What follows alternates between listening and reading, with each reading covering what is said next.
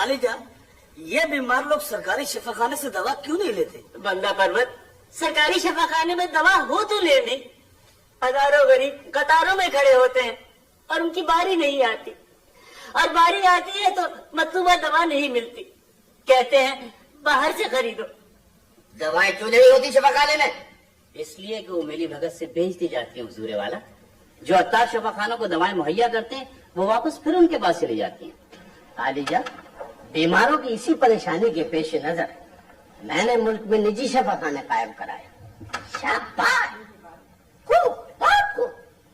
अब इसी शहर में देख लीजिए, 4 निजी शफाखाने मेरे चचा के और 3 मेरे फूफा के। इस शख्स का बाप मेरे फूफा के शफाखाने में था। मुझे अर्ज करने दिया जाए आलिजा कि बेशतर निजी शफाखानों में इलाज का मेयार यकसा नहीं है। यकीनन कुछ तबीब और जगह खुदा तर्स भी हैं, लेकिन अक्सर तबीब नब्ज देखने के इतने पैसे लेते हैं कि मरीज की नब्ज टूट जाती है। तो गरीब रहा ऐसा कहा किसने है कि निजी शफाखानों में इलाज कराएं? शानदार कमरे, काबिल मालिज और आला दवाएं सिर्फ अमायदीन सल्तनत के लिए है।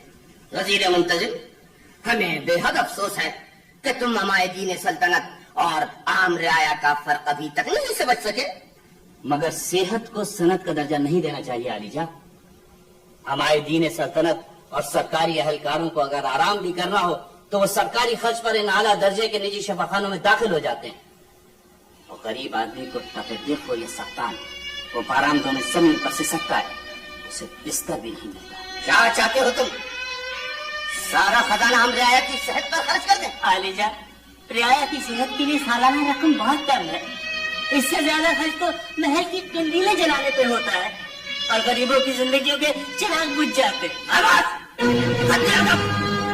हमारे सामने जब कुशाई की जरूरत की है तुमने, हम हुक्म देते हैं कि इस शख्स के बाप की लाश भाग के सरकार जब्त कर ली जाए। रहम कीजिए, रहम कीजिए। आलिजा, घर वाले तो लाश की तदफीन का इंतजार कर रहे हैं। तदफीन होगी, जरूर होगी। दफन करने के लिए तुम्हारे घर वालों को तुम्हारी लाश मुहैया की जाएगी। ये सुनना आलिजा, ये सुनना। ले जाओ इसे। अब रियाया को भी ये जरूरत हो गई है कि हमारे दीन सल्तनत पर एतराज करें। रहम कीजिए आलिजा, रहम। कैसी सरकूबी फरमाई हमने। सरकशों के साथ ऐसा ही इंसाफ होना चाहिए।